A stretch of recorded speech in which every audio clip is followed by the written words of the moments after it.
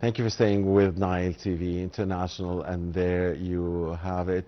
We just brought you live from New York, the UN Security Council session on the protection of civilians during military conflicts, a session that amounted to just under 2 hours, and you watched it live here with us on Nile TV.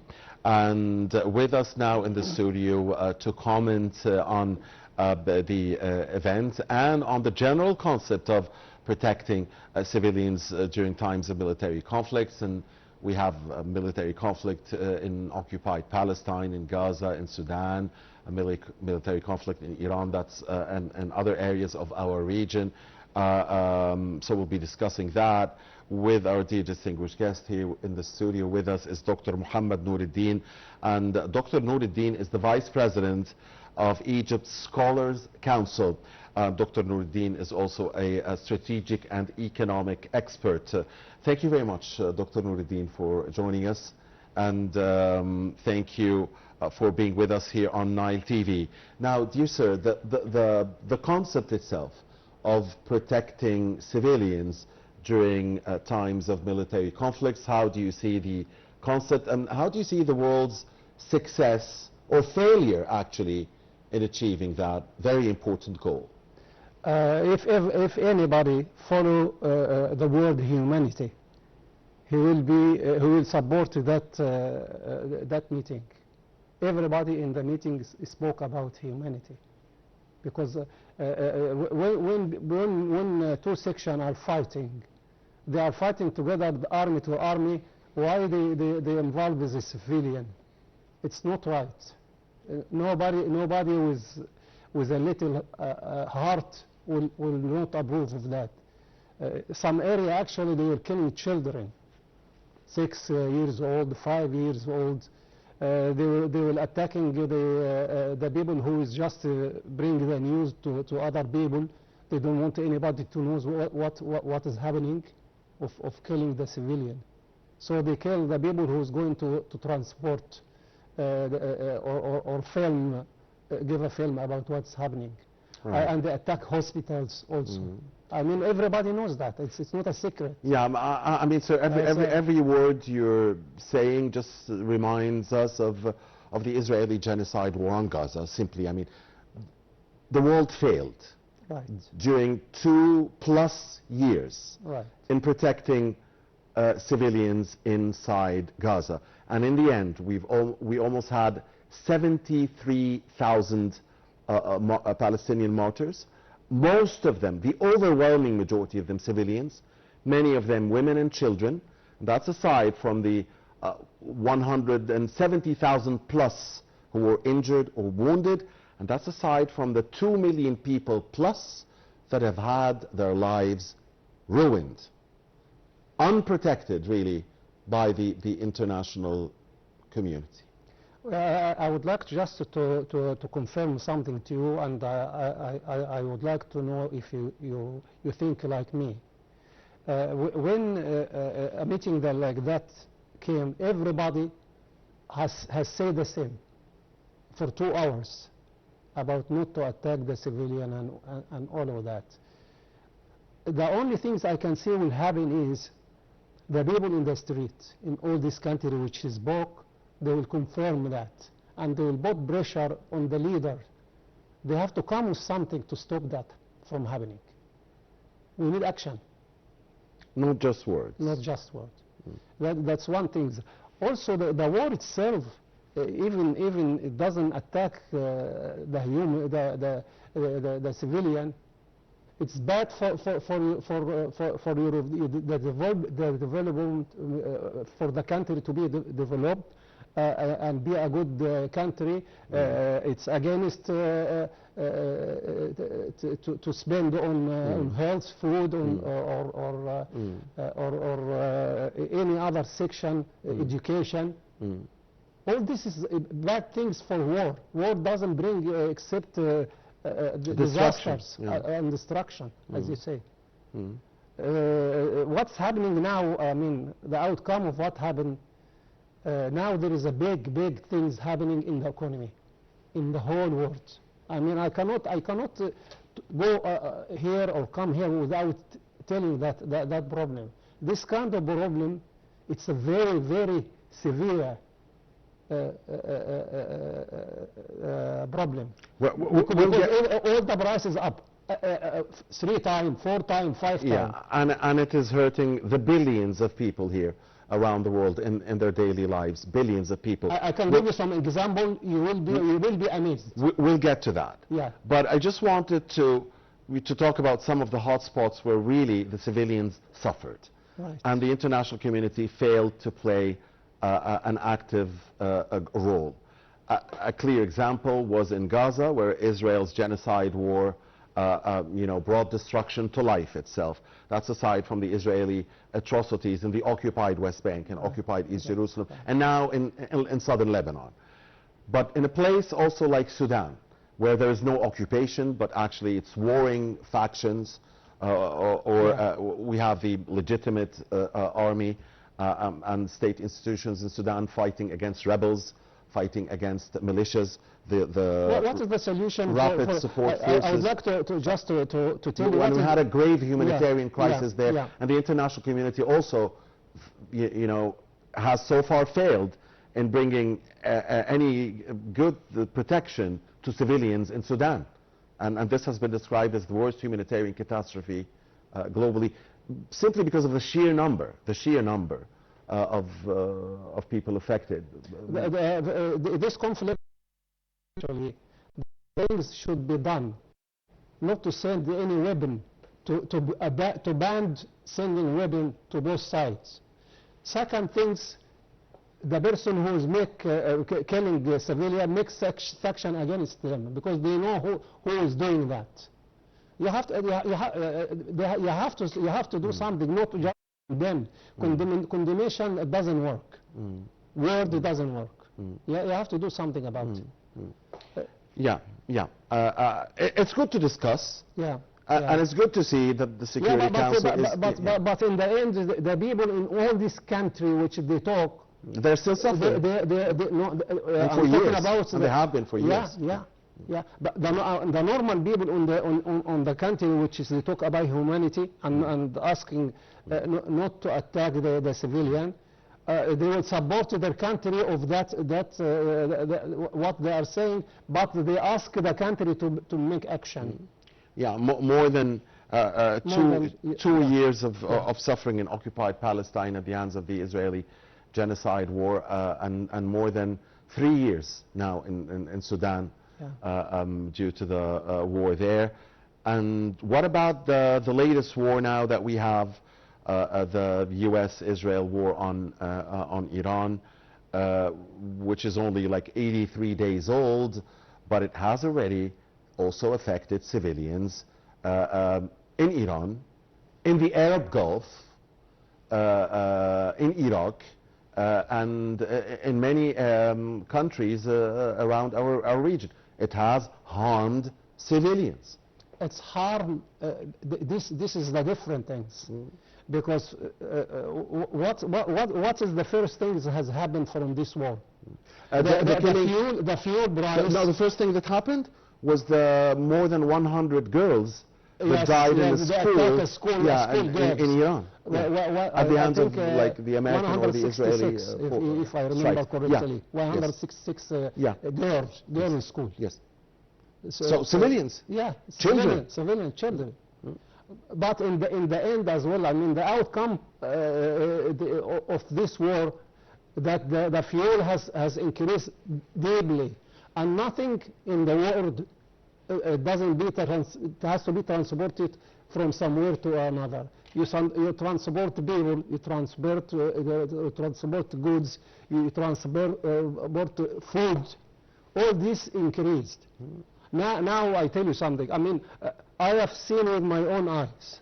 Some people, I would say, in some country, European country, they cannot afford to pay the rent, or they cannot afford to pay for the house which they are buying. They give them back, and they live in their private car, and they park the car near the petrol station. So they get a small fuel, and also they are cooking inside this because they cannot afford anything else. Yeah, the inflation killed them. Because if they do it normally, they will suffer, they will be the famine. There will be a problem of eating for their children. They are cooking inside the car. Even in Europe? In Europe. In Europe. So I mean... so that war, that American-Israeli war on Iran, and the closure of the Strait of Hormuz and on the aftermath and all of that. Do you know it's 33 kilometers wide. You cannot close it. You can stop I mean Iran stopped the fuel and allow some of the fuel. When it came interference by the America, there is no fuel for anybody. Yeah, the Americans they stopped it blockade. completely. And then you know the price of the crude oil today? Yeah, more than $100. 111. And for the barrel. The Brent, yes. For the barrel, Brent, yes. And a lot of people they cannot afford to put the fuel into their car or their vehicle. They cannot afford it. Yeah. Yes, that price was actually like a while ago. It is now in the after trading hours. Brent is 105. Still, I mean, above 100. And WTI is 98. And as you mentioned, Dr. Nouruddin, gasoline prices, even in the United States. Jet fuel is up also. So the ticket, you will buy the ticket expensively. Nobody will want to travel. So you'll hit the tourism as well. The consequences, I tell you something, a problem like that to happen every 100 years. We will not see something like that happen again in our eyes. To hit the whole world is affected. Actually, you know, the International Energy Agency chief, the IEA chief, Mr. Birol, said that this is the worst energy crisis the world has ever seen. Yes, yes. Other crisis which is happening 100 years before, maybe it's regarding the selling and buying land or something like that, and it was overpriced or something. But this one, it's hitting everything. And again, looking at the sheer number of people affected by this, I mean, if like you said, food prices are up, gas prices are up, this means that billions of people, thousands of millions, billions, the 8 billion plus are affected here. I mean, the whole globe basically is affected. The daily lives of every citizen in the globe has been negatively affected by the U.S.-Israel war. You have to finish that quickly, because it will come a time you will have some people, the people who cannot have food. You'll find a great number. You look in Asia or anywhere. In Africa, there are many problems. Yes, they will not find food. They cannot buy it. And also the quantity of food is less, because there is a shortage of food.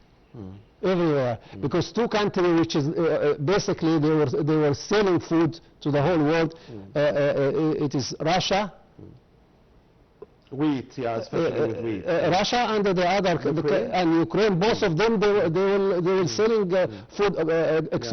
You see, there is another war that had really also destroyed many things around the globe, and also I guess, Dr. Nouruddin, there is a negative health effect for these war, health-wise. Children will not find milk for them. The price will increase because the milk as well is transported. Everything is transported. And the price of drugs, pharmaceuticals. Everything will go up. It's crazy. They have to stop it quickly. And you see like a pandemic like Ebola or virus like Ebola in Africa, rising again and surfacing again, and because the international organizations are stuck because they don't have enough funding, because the money went to the wars, then this money will not come to vaccines or to anything that would solve. But the civilian who cannot afford to have food, They cannot afford to have medicine. They will not buy the medicine. So it's, this problem is very big. They have to finish it quickly. The more you delay, the more problem become more. It's a vicious cycle. It's a scary cycle. This problem which is happening, anybody's winning. I'll say there is one kind of people are winning. The people who buy crude oil just on paper, in stock. When it's down, little down, he will buy, and then he will not use it. When it goes up, he will sell. That's what's happening all the time. Yeah.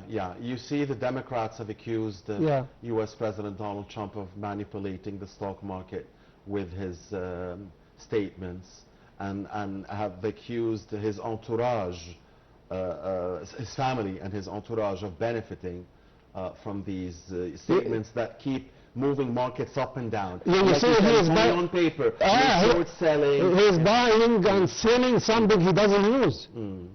So paper is paper work. That's it, and he's getting richer by as you said, manipulating. He knows when it's up, when it's down. So if this is the case, then if that theory is valid and correct, then the most likely scenario is the continuation of the stalemate. No war, no peace. If that theory is correct. What do you think is the most likely scenario regarding the U.S.-Iran situation? The people will go and make some demonstration to force the people who doesn't want to end this international problem.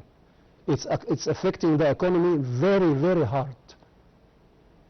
I heard some country, if they make an election today, the leader will fail. 60% they don't support. I will not say the name. No, everybody knows which state you're talking about. The number came from them. I don't invent it. Okay. 60% they don't support. The same place that Mr. Trump said jokingly, of course, that he would go there and elect himself or run for prime minister there because he has 99% support, right? That's the place you're talking about. Yeah. Okay.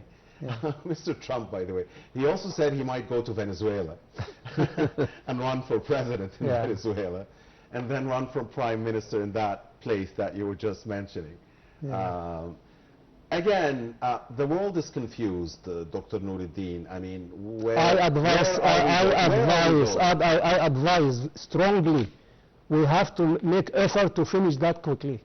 It will get worse. I mean, if I give you this example that people are cooking the food in a private car and they don't put petrol in it, only enough to move a few meters, and they don't have home. And they give away the home. And that's in a developing country. In a developed country. In Europe. Yes, in Europe.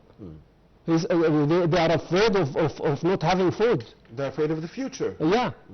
You see, this is what wars do as well. Yeah. I mean, they make the future look bleak. And this is civilian. They are not in an army or anything, these people. Just the civilian, which is everybody's talking about them. They are in trouble. So you're saying that the concept of protecting civilians is not only about protecting their lives or their health, but it's also about protecting their financial ability and about protecting their future. And you have to protect that they can have food, they can have medicine, because you are making a war, and this war is making all this problem. So how do you think the war will end then, the Iran the pressure of the mass people.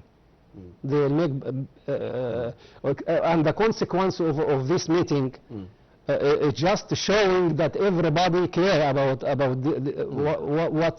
war. Everybody care about. It's not a game. It's a very ugly thing to make a war. Very ugly from the consequence point of view. You have to finish that. Continuation that doesn't help anybody.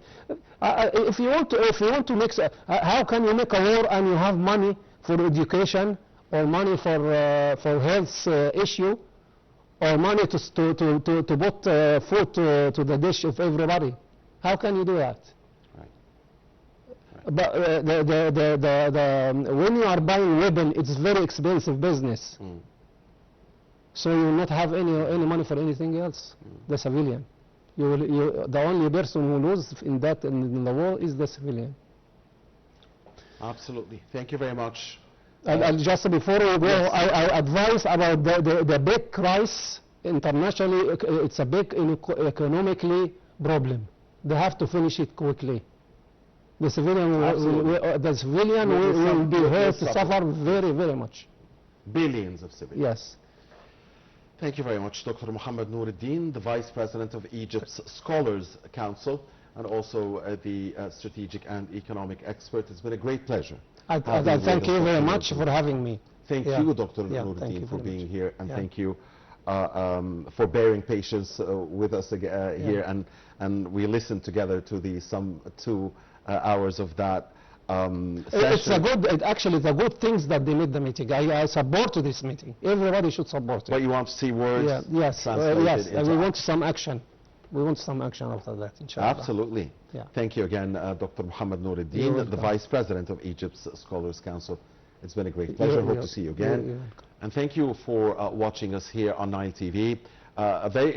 Very shortly, we'll be back with a panorama of news and look at the latest in politics, business, and sports. Please do not go far.